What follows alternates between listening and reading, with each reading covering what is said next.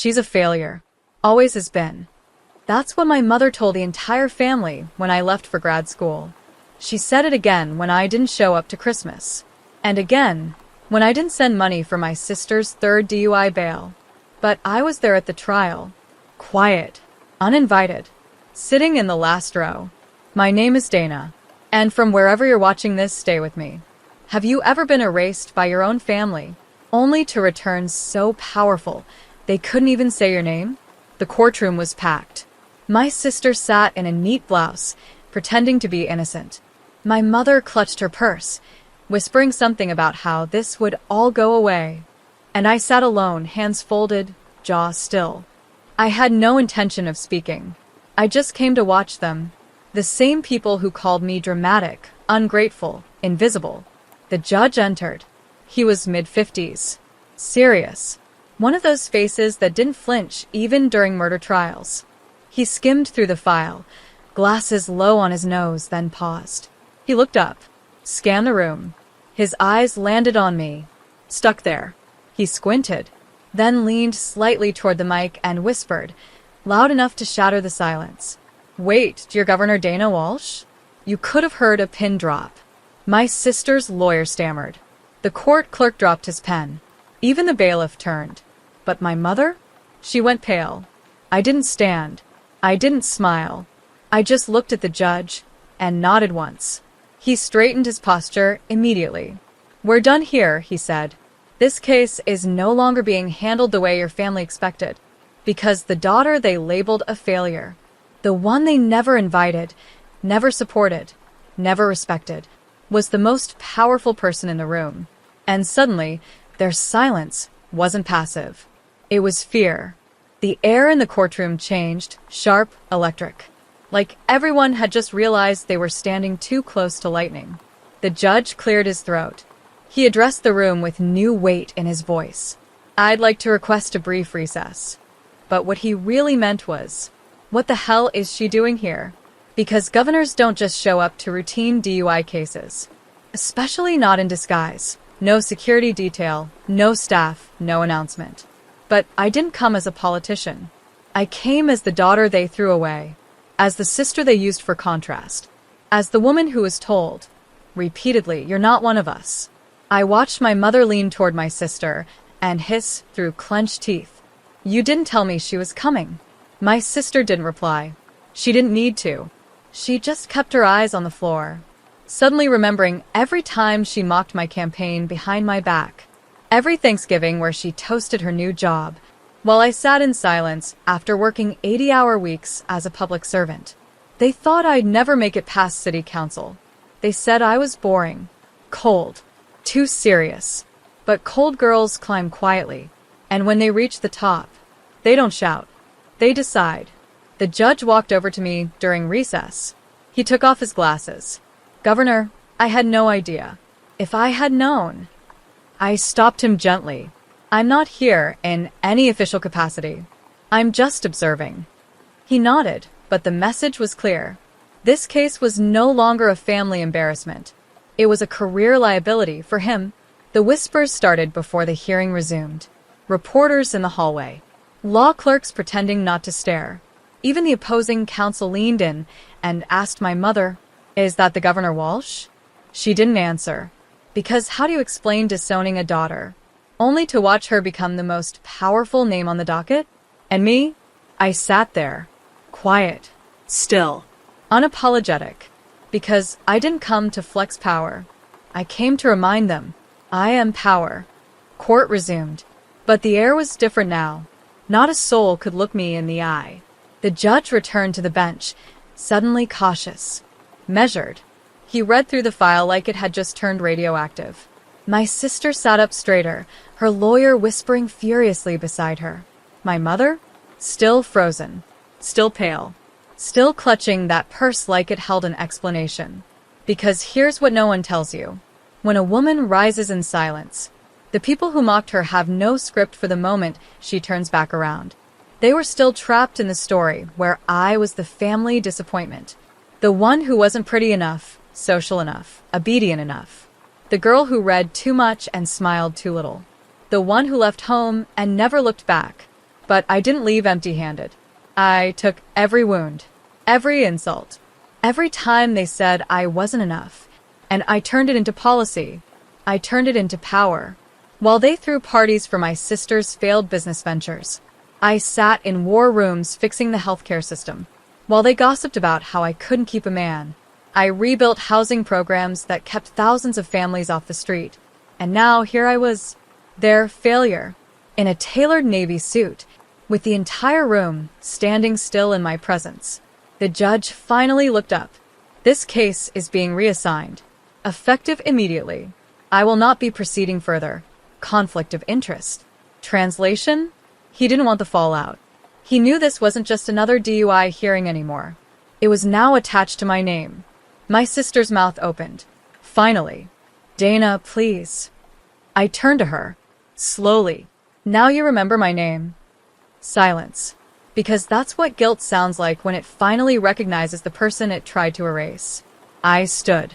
I didn't storm out. I didn't gloat. I just turned to the bailiff and said, I'm done observing, and walked straight down the aisle. Every pair of eyes following me, including the ones that once looked away when I needed them most. Because when you spend a lifetime underestimated, you don't have to slam the door when you leave. You become the building. Outside the courtroom, the press was waiting. They didn't know why I was there. Not yet. But someone had tipped them off that Governor Dana Walsh had been seen at a misdemeanor DUI trial. Microphones. Flashes. A whirlwind of questions. Governor Walsh, are you involved in this case? Is there a personal connection to the defendant? Can you confirm if the woman on trial is your sister? I didn't flinch. Didn't run. Didn't hide. I looked one reporter square in the eyes and said calmly, I was attending as a private citizen. No further comment. And I walked. Straight through the crowd. Through the cameras. Through the noise. Just like I always had. Because when you've spent your life being talked over, you learn to move with purpose, not permission. Back in the car, my phone lit up with missed calls. Mom, 3. Clara, my sister, 8. Unknown numbers, 12. They were spiraling. I could feel it. And still, I didn't pick up. Instead, I turned to my driver. Take me to the state office. Because I had a meeting to lead. On foster care reform. A system my mother once said I wasn't emotionally stable enough to understand. And now I was rewriting it. That night, alone in my apartment, I finally opened my sister's texts. Dana, I'm sorry. You could have helped me. You could have warned me. Warned her? Warned her that I had survived years of being treated like the family embarrassment, that I turned shame into strategy, that while they mocked me, I was memorizing everything they stood for. So, I'd never build anything like it? No. I owed her nothing, but I did reply. You had their protection. I had their silence. You were raised to believe the world owed you grace. I was raised to believe I owed it everyone else. Now we're both grown women. And this time, I chose me. Delivered. Read. No response. The silence tasted better than any apology they could offer. Because this time, I wasn't the forgotten daughter in the back row. I was the headline. The one who outgrew their story. And started writing her own. The next morning, headlines hit every feed. Governor Dana Walsh attends sister's trial. Legal system shaken. Family drama at the bench. Walsh's silent message echoes louder than words. They didn't have the full story. They didn't need it. Because the photo, just one, said it all. Me. Standing quietly in the courtroom aisle. My mother frozen in shock. My sister turning toward me, mid-plea. The judge rising from his seat. That single image went viral. And suddenly, people started asking the real question. What kind of family ignores their daughter until the world doesn't? I didn't say a word publicly. Let the media speculate. Let my family sweat. Because silence had always been their weapon. Now it was mine. That afternoon, I received a call from a blocked number. I answered out of curiosity. It was my mother. Her voice was brittle, polite, exhausted. Dana, I didn't know. I didn't know how far you'd come. We, your father, and I, we thought you were just avoiding us. I stayed quiet. She went on. Your sister is in trouble. Real trouble. They're talking about revoking her license permanently. She might do jail time. You could help. Just say something. I looked out my office window at the Capitol lawn below. Clean. Quiet. Controlled. And said, "You called me a failure. For years. And now that I succeeded without your support, you want me to erase the consequences of your favorite's choices." Mom whispered, "She's your sister." "No," I said gently. "She was your golden girl. Now she's just an adult with a record." Then I ended the call. No yelling. No grand declaration. Just truth. Because for years, I begged them to see me. And when they refused, I became someone they couldn't look away from. Later that night, I received an email from the judge himself. Subject: regarding your sister's case. He explained the new handling judge had no intention of leniency. He thanked me for maintaining neutrality. He closed with this: "What your presence did in that room will be studied in law schools. Not because of what you said, but because of how many people finally listened." And for the first time, I believed it. My silence was louder than all their years of noise. By the end of the week, Clara's sentence was finalized. License revoked. Probation assigned. Fines stacked, so her lawyers started asking for character witnesses. That's when they called in favors. Aunt Lydia reached out first. Always the family mediator. "Dana, sweetheart, your mother is devastated. Your sister is humiliated. Isn't that enough?" Enough? Was it enough when they whispered behind my back at every holiday dinner? When I got into grad school, and Mom told everyone it was just a phase? When they called me cold, calculated, and career-obsessed because I wasn't smiling for their applause? No, Aunt Lydia. This wasn't about humiliation. It was about accountability. Clara didn't just have a drinking problem. She had an entitlement problem, fueled by a family who never held her to the same standard they buried me beneath. Now that standard had a name, a title, and power that didn't beg for validation. That night, I sat with my chief of staff reviewing policy briefs. Midway through, she looked at me and said, "Governor, you okay?" I paused. Because yes, I was okay. For the first time in my life, I wasn't fighting to be seen. I was watching the same people who told me I'd never be anything suddenly whisper my name with caution. I closed my laptop and answered, "I'm more than okay. I'm free." And I meant it, because freedom wasn't the power I gained from being governor. It was the moment I realized I never had to go back, to beg for love from people who only valued control. My sister was learning now that a last name doesn't protect you from consequences, that the quiet one they dismissed became the one who signs the laws. That courtroom never called me again, but the state legislature did, asking if I'd speak on ethical leadership. And the photo of me at the trial, now framed in my office, a reminder that no matter how far they tried to bury me, I didn't just rise. I made the ground beneath them shake. A month later, I hosted a policy summit in D.C. Senators, governors, federal judges, even international observers, all gathered in the East Hall of the Capitol. I stood at the podium, flawless in navy, notes untouched, because the story I carried didn't need a script. I spoke about systemic privilege, about accountability, about how consequences don't discriminate, but people do. I didn't name names, but those who'd read the headlines knew exactly who I was referencing, and those who hadn't felt it anyway. Afterward, I mingled politely, posed for photos, shook hands, until a soft voice stopped me from behind. "Governor Walsh?" I turned.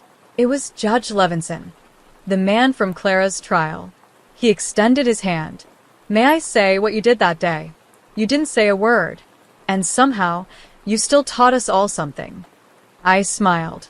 "Silence," I said, "is a language. You just have to decide who deserves to understand it." He chuckled, nodded, walked away, and I stood there, letting the weight of that moment settle into my bones. Because years ago, I would have given anything for my family to clap for me. Now, I didn't need applause. I had peace. Then something unexpected happened. The summit coordinator handed me a note. "There's someone waiting downstairs. Says it's personal." I raised an eyebrow, but I already knew. I walked past marble columns, out into the golden dusk, and there she was, Clara. No makeup. Hair pulled back. For once, no performance. She stepped forward cautiously, clutching a manila envelope. "I'm not here to beg. I just wanted to say thank you For not ruining me. You could have destroyed everything." I tilted my head. "You were already doing that." She looked down. "I'm getting help. I'm trying." I didn't hug her, didn't comfort her, but I didn't turn away either. Instead, I said, "Then don't try for me. Try for the person you become when no one's watching. That's who matters now."